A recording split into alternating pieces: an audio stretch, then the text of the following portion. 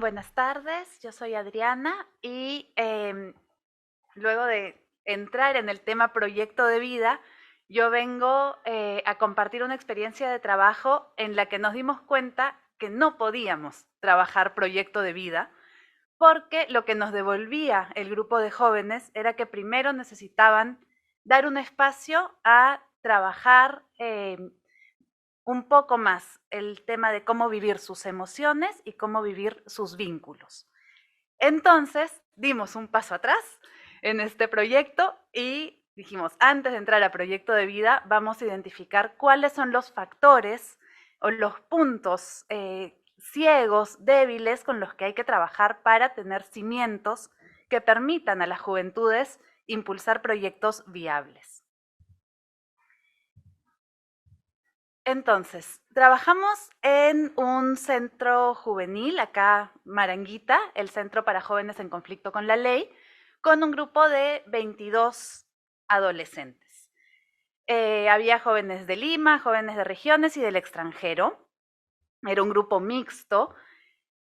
Y voy a explicar 3 actividades puntuales con las que voy a usar como insumo para analizar los resultados. Era un espacio participativo donde intentábamos el involucramiento activo de los participantes. Y estas 3 actividades son: la primera, hacíamos el check-in. En cada una de las sesiones iniciábamos con un check-in emocional. ¿Cómo llego? ¿Cómo me siento?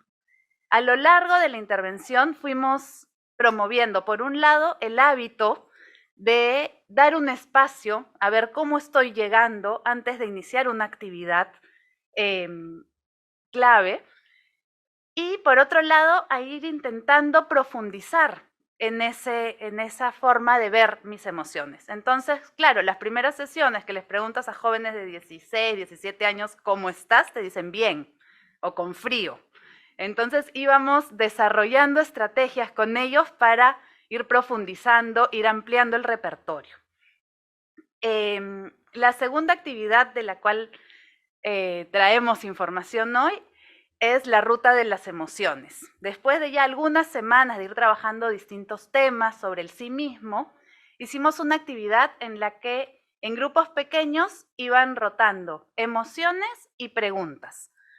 Por ejemplo, las emociones eran alegría, tristeza, ira y miedo, y podía cruzarse con alguna pregunta del tipo: ¿cuándo fue la última vez que sentiste? Y la emoción que le tocara. O recuerdo una vez que compartiste con alguien un momento en que ambos sintieron esta emoción. Y así eran unas cuantas preguntas con las emociones para que ellos mismos pudieran retroceder o pensar en su presente. Pero lo que pasó, voy anticipando, es que muchos retrocedían a antes de la detención. Y como nos salió tan bonita la ruta de las emociones, luego hicimos la ruta de las relaciones. Entonces, igual, iban moviéndose por el espacio, encontrando preguntas que los invitaban a desarrollar, ya fuera por escrito o gráficamente. Por ejemplo, ¿a qué persona o grupo siento que apoyo? ¿A qué persona o grupo siento que pertenezco? ¿Con quién puedo hablar de determinados temas? Entonces los jóvenes iban aterrizando o viendo en su propia historia cómo podían ir reconstruyendo, repasando sus propios vínculos. ¿Qué nos dijeron estas 3 actividades dentro del taller, que fue un poco más largo? En cuanto a las emociones, la teoría del bienestar, las principales teorías en psicología del bienestar nos hablan de emociones positivas o negativas. ¿Qué nos decían estas reflexiones sobre las propias vivencias emocionales? Que más útil que pensar la emoción como positiva o negativa, resultaba pensar la emoción en términos de si promovían o si habían venido de una cercanía o de una sensación de rechazo. Por ejemplo, la tristeza, desde la teoría del bienestar o las teorías, la tristeza es una emoción negativa porque es desagradable y nadie quiere sentirla. Pero si al sentir tristeza te das cuenta que hay algo que extrañas, algo que la reclusión te quitó, algo que quieres recuperar y en lo que quieres poner fuerza, termina teniendo un impacto positivo en la persona. Entonces estos jóvenes nos traían este cuestionamiento, ¿no? No es que las emociones desagradables son de por sí negativas, es que igual necesitamos pensarlas, reconocerlas, interpretarlas, para poder incorporarlas a nuestra historia y a nuestros proyectos. En cambio, las emociones que sí venían de experiencias de rechazo, como el temor al ser detenidos o la ira en un enfrentamiento, o al sentirse atacados por sus compañeros de pabellón o patio, como se dice ahí, esas eran emociones donde se sentían rechazo y más bien levantaban barreras o los llevaban a querer evitar ese tipo de situaciones. En cuanto a la temporalidad, lo que nos encontramos es que en el pasado, y el pasado siempre es el antes del encierro, había mayor variedad o mayor capacidad para conectar con un repertorio más amplio de emociones y con un abanico más amplio de intensidades, ¿no? Los afectos se podían vivir y sentir con matices. En cambio, ya una vez dentro del sistema, surge lo que he llamado aquí reclusión anestesiada, ¿no? Se permiten pocas emociones y en intensidades controladas, ya sea en si las puedo compartir o no, o en si las puedo expresar. Entonces, la tristeza la vivo solo, la tristeza no la comparto. Si me molesto, sí lo puedo decir, ¿no? Puse la frase, a ellos les gustaba mucho expresarse con canciones, recomendarnos música. Entonces, si no le contesto, se desespera. No sé si acá escuchan reggaetón, pero había esta sensación de si hay una llamada telefónica y no se logra conectar, o se espera un día de visita y no llega, es algo que genera desesperación, y es una desesperación que entre todos entienden y entre todos aceptan. Entonces, es una emoción permitida, ¿no? Y estas emociones permitidas pues van conectadas con estos permisos de una masculinidad heteronormativa enmarcada en la cultura en la que estamos, ¿no? El espacio de reclusión se vuelve un espacio donde se puede performar, se puede actuar esta masculinidad que es aceptada y promovida.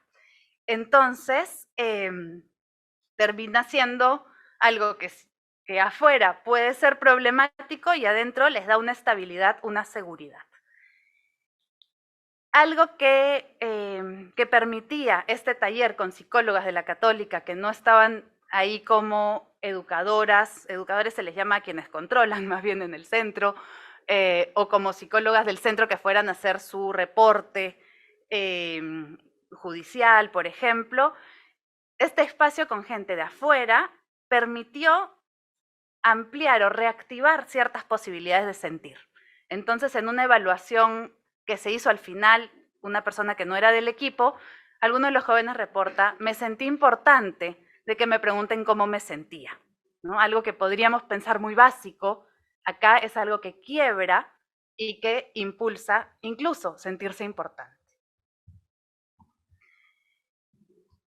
En la segunda línea, que es la de los vínculos, pero que igual se entrelaza, tenemos que las experiencias de encierro, tanto de juventudes como de adultos, se viven desde un punitivismo que no critica solo a la persona privada de libertad, sino también a su entorno. El entorno falló, el entorno permitió que transgreda las leyes. Entonces, muchas veces las prácticas dentro de los centros de reclusión se orientan a una crítica al propio entorno, ¿no? Y el entorno donde uno crece y donde uno va construyendo su proyecto y al cual uno va a regresar cuando recupere la libertad, ese entorno de pronto se siente juzgado.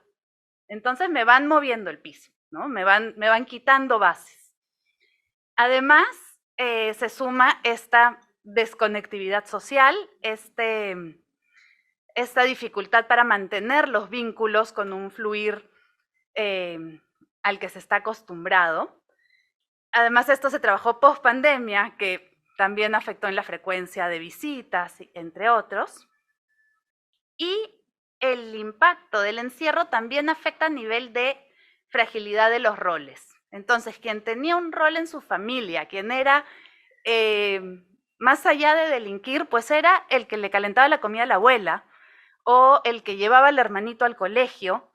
Con el encierro, con el retirar de su entorno, se le quita también estos espacios que permitían desarrollar una imagen de sí mismo que va a ser esta que se proyecta a futuro, ¿no? Entonces, ¿cómo resistir a ello?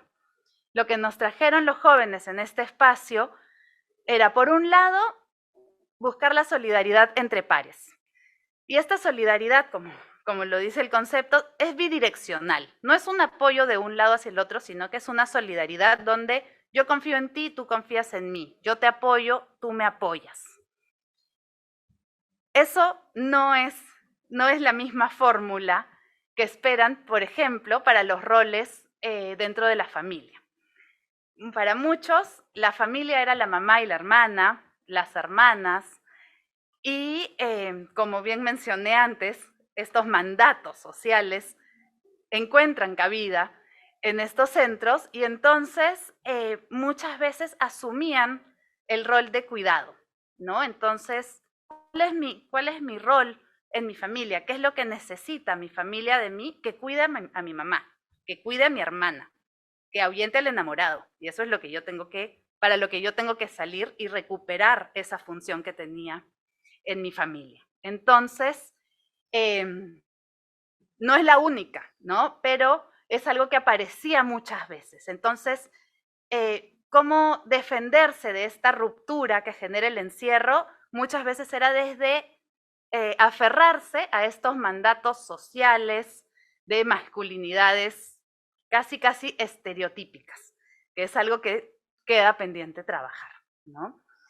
Y encontramos también muchos duelos no resueltos. Lamentablemente, jóvenes de 15, 16, 17 años que con mucha frecuencia referían el hermano que falleció en su barrio como consecuencia de una situación de violencia, el padre que falleció por COVID.